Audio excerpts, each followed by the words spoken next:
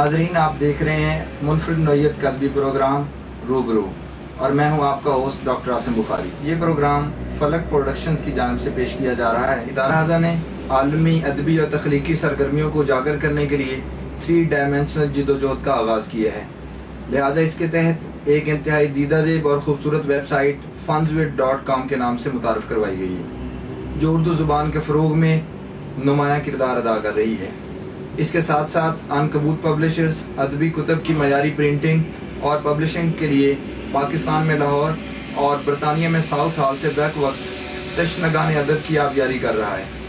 फलक प्रोडक्शन की तरफ से मजीद एक अदबी तंजीम दरीचा अदब पाकिस्तान का क़याम अमल में लाया गया है, जो मुल्क के तौल अर्ज़ में मुशायरों और अदबी तकरीबात के इनकाद की शबाना रोज़ कोशिशों में मसरूफ़ अमल है। नाज़रीन, रूबरू एक ऐसा मुनफरिद अदबी प्रोग्राम है जो मुल्क के तूल और अर्ज़ में बसने वाले मुख्तलिफ तख्लीक कारों के बेशकीमत अफकार व एहसासात और ख़यालात को इंटरव्यू की शक्ल देकर नाजरीन की इल्मी प्यास को बुझा रहा है। इस प्रोग्राम को मुख्तलिफ सेगमेंट्स में तकसीम किया गया है और हमारा आज का पहला सेगमेंट है शख्सियत का तारुफ। आज हमने आपके रूबरू एक ऐसी शख्सियत को दावत दी है जिनका नाम उर्दू अदब में किसी तारुफ का मोहताज नहीं। गुज़श्ता कई सालों से उनका कलाम बैनुल अक़वामी अदबी उफ़क़ पर पूरी आबोताब के साथ ज़ौफ़िशां है। तेरे दिल से निकलना चाहता हूँ और राह तलब जैसे शाहकार अदबी फ़न पारों को क़ारीन तक पहुँचाने वाली शख्सियत का ये शेर तकरीबन ज़रबुल मिसल की हैसियत अख्तियार कर चुका है। ज़ुबाने हाल का इदराक होता है इन्हें आखिर, ज़ुबाने हाल का इदराक होता है इन्हें आखिर, बहुत मुश्किल अमल है आइनों से दोस्ती रखना। यकीनन आप जान गए होंगे मेरी मुराद इंतहाई काबिल एहतराम और काबिल कदर हस्ती जनाब हकीम सलीम अख्तर मलिक साहब हैं। मैं आपका बेहद मशकूर हूँ कि आप यहाँ पर तशरीफ़ लाए और इंटरव्यू के लिए आपने मेरी शख्सियत का इंतखाब किया। मैं आपका और आपकी वेबसाइट का बेहद ममनून। सर, हमारे लिए बहुत आनंद की बात है कि हम एक अजीम अदबी शख्सियत का इंटरव्यू करने जा रहे हैं। देखिए जी, अजीम तो अल्लाह ताला की ज़ात है, लेकिन इंसान होने के नाते मैं इस चीज़ की बड़ाई का दावा तो नहीं करता, लेकिन मैं ये ज़रूर कहता हूँ कि अदब के मैदान में जहाँ भी आप मेरा नाम लेंगे, यकीनन लोग इज़्ज़त और एहतराम से उसका रिस्पॉन्स करेंगे। सबसे पहले तो हकीम साहब, हम आपके इंतहाई ममनून हैं कि आपने अपनी शबाना रोज़ मसरूफियात से वक्त निकाल कर इस मुल्क की मशहूर नामवर वेबसाइट fundswith.com के साथ नशिस्त का एहतमाम किया। सबसे पहला सवाल ये है कि आप अपनी ज़िंदगी, इब्तदाई ज़िंदगी के बारे में कुछ बताइए कि आपने कहाँ से तालीम हासिल की और आपका आबाई गाँव कौन सा है।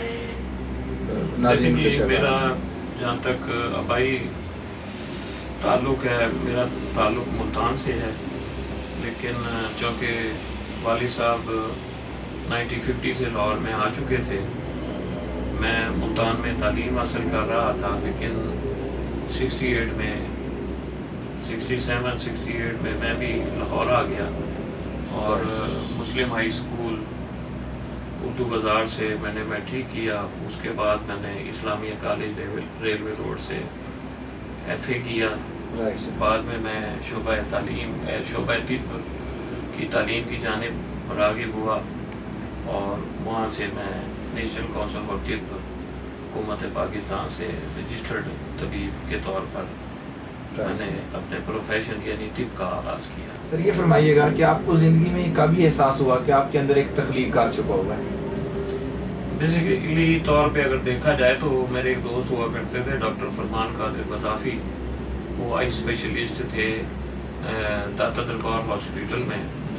1988 में मेरे पास आए, कहने लगे कि हम सराइकी बेल्ट से ताल्लुक़ रखते हैं, हमें चाहिए कि हम सराइकियत को सकाफत के लिए लाहौर में कोई काम करें। तो इस हवाले से हमने सराइकी ग्रेजुएट्स के नाम से एक तंजीम का आगाज़ किया, लेकिन कुछ अर्से बाद आगे चल के मुझे महसूस हुआ कि हमें सिर्फ एक ज़बान से ही या एक ज़बान का मखसूस होकर नहीं रहना चाहिए, हमें पाकिस्तान की सतह पर काम करना चाहिए। पाकिस्तान में जितनी ज़बानें बोली जाती हैं उन ज़बानों کے ادب کے حوالے سے ہم جو بھی خدمت سر انجام دے سکیں دیں. لہٰذا میں نے اور میرے دوستوں نے مل کر اس تنظیم کا نام سریکی گریجویٹ سے لے کے خواجہ فرید سنگت میں کنورٹ کیا، اور اب خواجہ فرید سنگت پاکستان کے نام سے ہم کام کر رہے ہیں.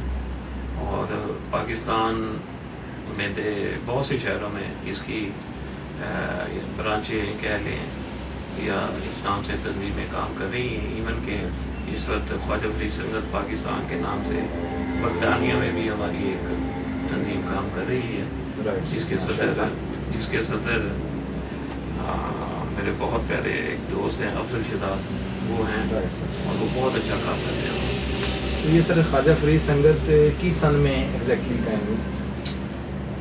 88 میں ہم نے آغاز کیا، لیکن خواجہ فرید سنگت 98 میں 98 میں ہم نے اسے خواجہ فرید سنگت پاکستان کا نام دیا. اور ہمارے پیش نظر خواجہ غلام فرید کی شخصیت تھی جنہوں نے کبھی بھی لسانیت کے حوالے سے بات نہ کی، بلکہ انہوں نے پورے اس امہ کے لیے جو کچھ بھی کہا، جو کچھ بھی اپنی شاعری کی، اس میں انہوں نے پوری امہ کا نام لیا. یعنی پاکستان میں بسنے والے، اس وقت پاکستان تو وجود میں نہیں آیا تھا جب خواجہ صاحب نے شاعری کی، لیکن بہرحال ان کی شاعری جو تھی وہ ہمیں محبت اور اخوت کا درس دیتی تھی، اور ہم خواجہ صاحب کے افکار پر ہی عمل کرتے ہوئے اس تنظیم کو آگے بڑھا رہے ہیں اور اپنا کام کر رہے ہیں. سر یہ بتائیے گا کہ آپ کے خاندان میں پہلے بھی کوئی شاعر ہو گزرے ہیں یا آپ نے اس میدان میں پہلی دفعہ تواضع کا فیصلہ؟ میں سمجھتا ہوں کہ اس کام کا آغاز میں نے کیا. اس سے پہلے میری فیملی میں کوئی ایسا بندہ نہیں تھا جو ادب کے حوالے سے. آپ پہلی شخصیت ہیں؟ میں پہلا. اکثر یہ کہا جاتا ہے کہ شاعری خدا داد صلاحیت ہے، یہ کسی کے سیکھنے سکھانے سے نہیں آتی. اگر ایسا نہیں ہے تو پھر آپ نے یہ فن کس سے سیکھا؟ اصولی طور پہ دیکھا جائے خدا داد صلاحیت آپ بجا فرما رہے ہیں، لیکن جہاں تک میں سمجھتا ہوں کہ جب تک کوئی بھی شاعر کسی بڑے اساتذہ کی پوئٹری سے رہنمائی نہ لے یا ذاتی طور پر ان سے رہنمائی نہ لے، وہ بذات خود بہت بڑا شاعر کبھی بھی نہیں بن سکتا.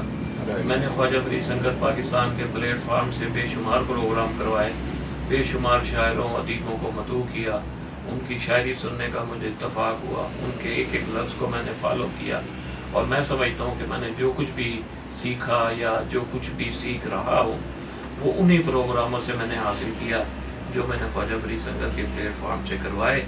اور بہت بڑے بڑے شاعر ہماری تقریبات میں آئے اور ان کی شاعری سن کے مجھے بھی شوق ہوا کہ میں بھی کچھ لکھوں، لیکن بنیادی طور پہ میں چاہتا ہوں کہ مجھے شاعر ہونے کی بجائے نہ ادب نواز ہونے کی حیثیت سے جتنی ادب کی میں نے بے لوث کے